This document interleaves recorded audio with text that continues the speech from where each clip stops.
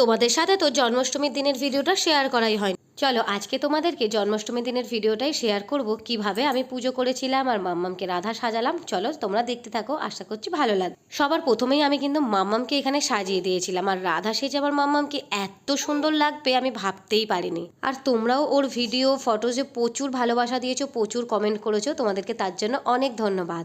প্রথমে তো ভেবেছিলাম মাম্মামকে রাধা সাজাবোই না, কারণ ও তো অনেক ছটপট, কিন্তু সবার এত ছবি ভিডিও দেখে মনে হলো না ওকে একটু রাধা ভাগ্যিস রাধা সাজিয়েছিলাম, না হলে তো আমার মাম্মামকে যে এত সুন্দর লাগবে সেটা আমি ভাবতেই পারিনি। মাম্মামকে সাজিয়ে আমিও এই যে রেডি হয়ে বসে পড়েছি আমার ভগবানদের সাজানোর জন্য। ওখানে গোপুকে সাজিয়ে দিলাম, রাধাকৃষ্ণকে সাজালাম, আরও বাদবাকি ভগবানদের জুঁই ফুলের মালা দিয়ে এবারে সাজিয়েছিলাম।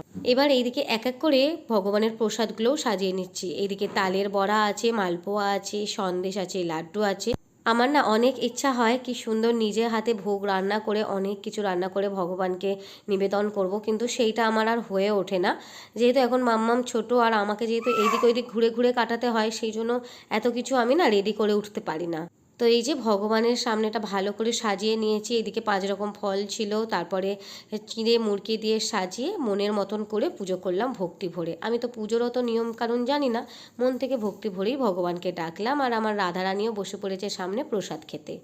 তারপরে ঘরের পুজো করে চলে গিয়েছিলাম আমাদের এই বাড়ির সামনের হরিবাসরটায়, যেখানে আমি আর মাম্মাম সন্ধে হলে গিয়ে বসে থাকি। ওখানে তো গিয়ে দেখছি এবারে মানে এত সুন্দর সাজিয়েছে, আর মাম্মাম গিয়ে বসতেই না হাততালি দিয়ে সঙ্গে সঙ্গে নাচতে শুরু করে দিয়েছে। জানি না ওটা ও কিভাবে করে।